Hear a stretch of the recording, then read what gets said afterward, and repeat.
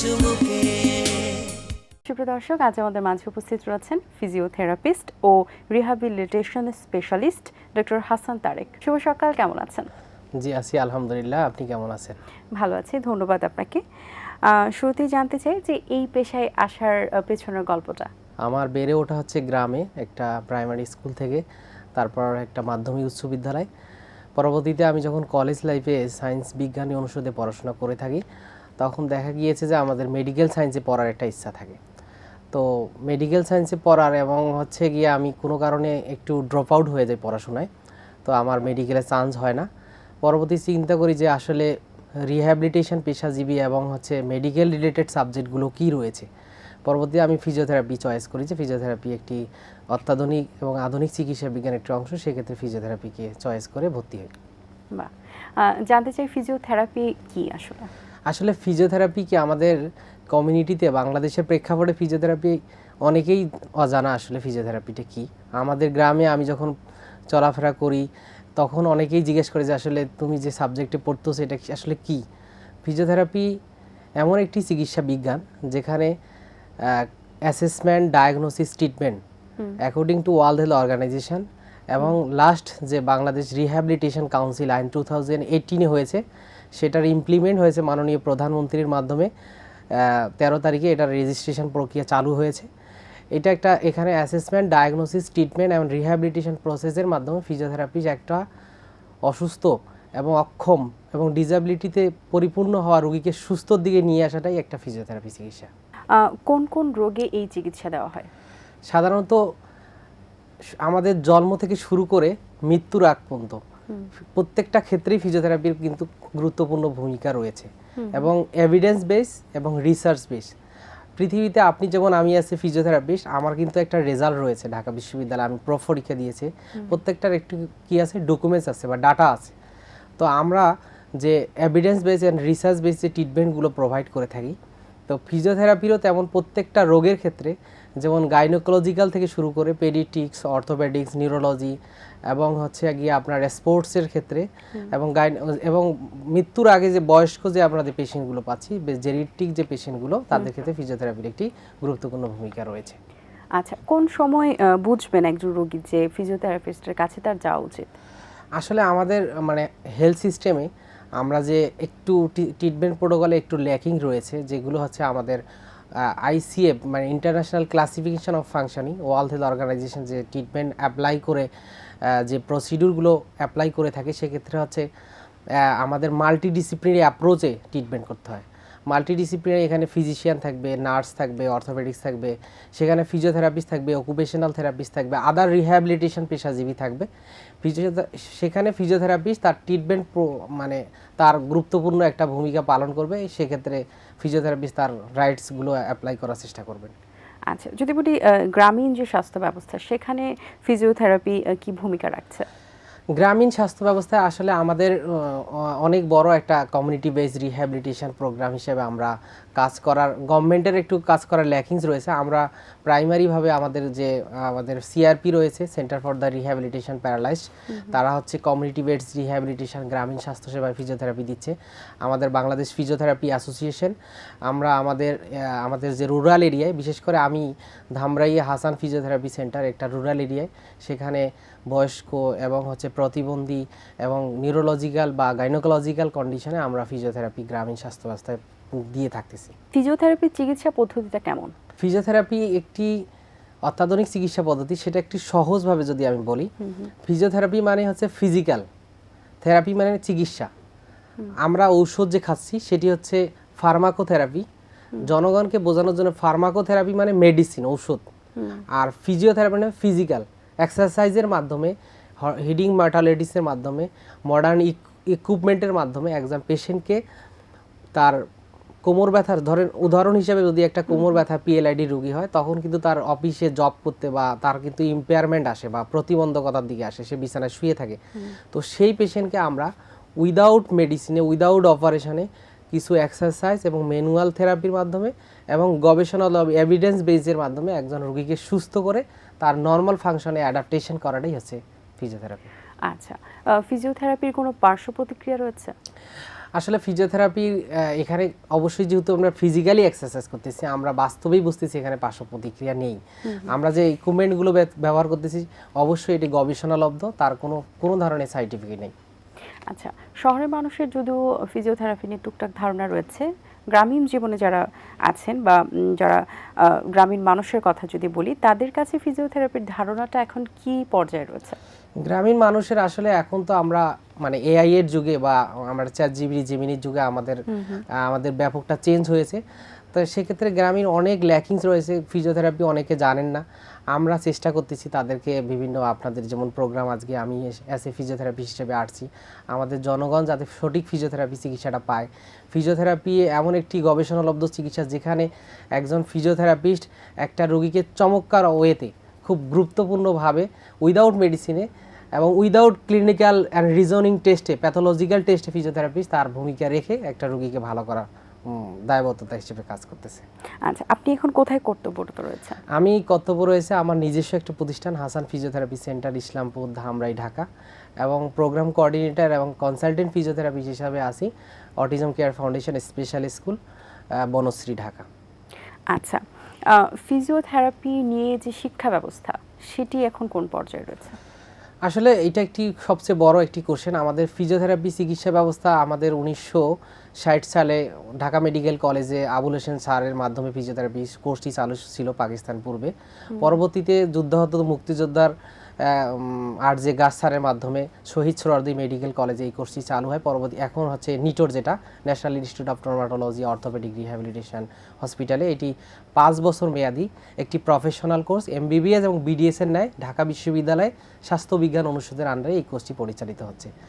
এবং বাংলাদেশে আমাদের যেমন এমবিবিএস এবং বিডিএসদের নির্দিষ্ট কলেজ রয়েছে, তেমনি একজন ফিজিওথেরাপিস্টের স্বতন্ত্র একটা কলেজ দরকার, অর্থাৎ কলেজ অফ ফিজিওথেরাপি। সরকারের কাছে আমরা অনুরোধ করছি কলেজ অফ ফিজিওথেরাপি দ্রুত কার্যকর করে এবং আমাদের জন্য দ্বার প্রান্ত, যাতে কোয়ালিটি এডুকেশনের মাধ্যমে আমাদের এই ফিজিওথেরাপিস্টরা সুন্দরভাবে পড়াশোনা করতে পারেন। আচ্ছা, এখন এই ফিজিওথেরাপি নেওয়ার জন্য কোন বয়সের রোগীরা সবচেয়ে বেশি আসেন? এখন আমাদের কাছে যেসব রোগীগুলো আসতেছে মেইনলি জেরিটিক পেশেন্ট, মানে মাসকুলোস্কেলিটাল পেশেন্টগুলো, যেমন ব্যাক পেইন, ঘাড় ব্যথা, হাঁটু ব্যথা, এবং হচ্ছে কোমরে ব্যথা, এবং হচ্ছে ফ্রোজেন শোল্ডার, এই কন্ডিশনের পেশেন্টগুলো, বা হচ্ছে নিউরোলজিক্যাল কন্ডিশন পেশেন্টগুলো, যেমন স্ট্রোক পরবর্তী রিহ্যাবিলিটেশনের জন্য ফিজিওথেরাপি অনেক ভূমিকা। যেমন আপনি নিউরোলজি হসপিটালে গিয়েছেন, নিউরোলজিস্টের কাছে স্ট্রোক করে প্যারালাইজড হয়েছেন, এখানে কিন্তু মেডিসিন একটা ড্রাগ থেরাপির একটা ভূমিকা রয়েছে। তারপরে যে নায়কের ভূমিকা এবং এখানে যা গেমটা খেলবে সব কিন্তু ফিজিওথেরাপিস্টের কাজ। ফিজিওথেরাপিস্ট একটা পেশেন্টকে অ্যাসেস করবে, তার ডায়াগনোসিস করবে, তার হাঁটানোর প্ল্যান তৈরি করবে, তাকে সে যদি সাইকোলজিক্যালি উইক থাকে তার সাইকোলজিক্যাল সাপোর্ট দিবে।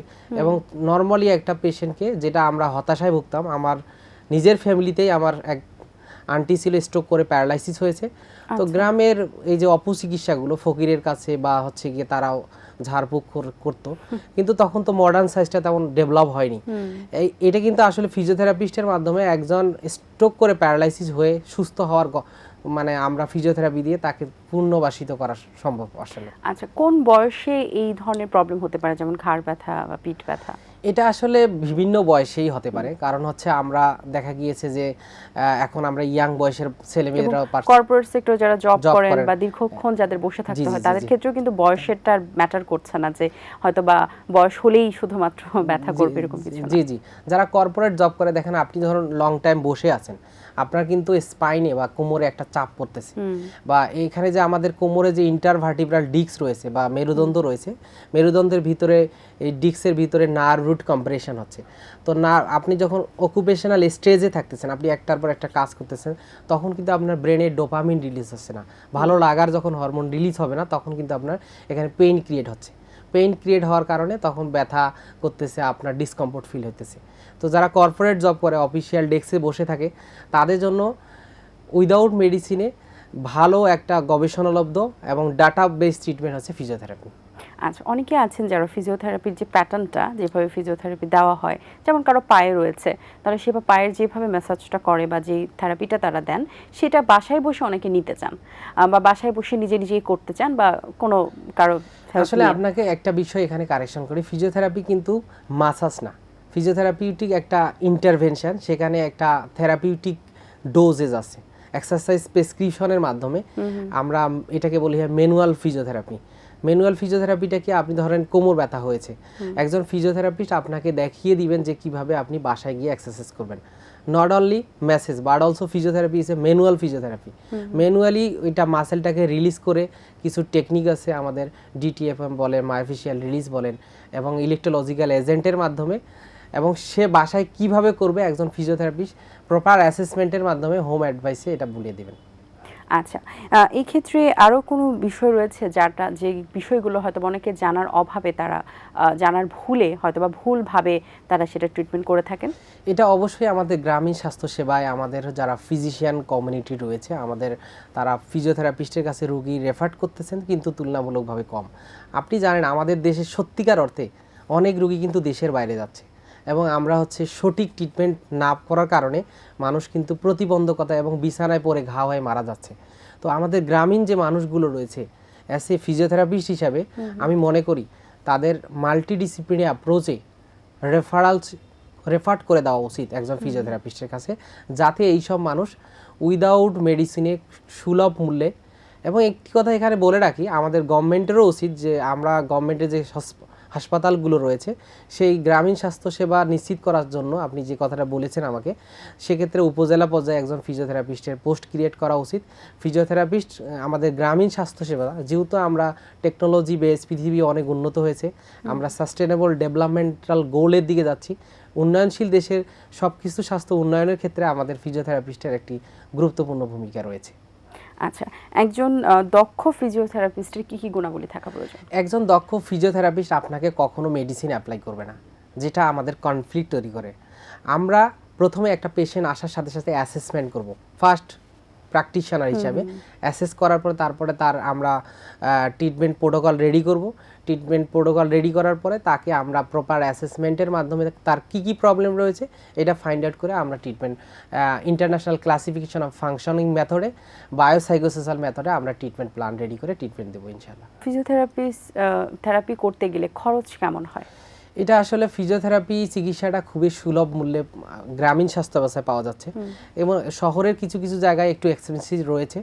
তবে আপনি যখন যদি চিন্তা করেন, আপনি যখন অপারেশন করতে যাচ্ছেন তখন কিন্তু আপনার অনেক ব্যয়বহুল হয়ে যাচ্ছে, এবং তার কিছু কমপ্লিকেশনও রয়েছে। আমি সহজভাবে একটা যদি উদাহরণ দেই, আপনার ধরেন পিএলআইডি হয়েছে, কোমর ব্যথা সচরাচর বেশি পাওয়া যায় ফিজিওথেরাপিতে, তখন কিন্তু আপনার ডিস্কের 4টা প্রবলেম হয়। ডিস্ক জেনারেশন হয়, অর্থাৎ হাড় বের হয়ে যায়, আটা জেল, যেটাকে আমরা জেলি বলতেছি। তারপর ডিস্ক বালস হয়, একটু উঁচু হয়ে চাপ দেয়, তো পায়ের দিকে ব্যথা নামতেছে।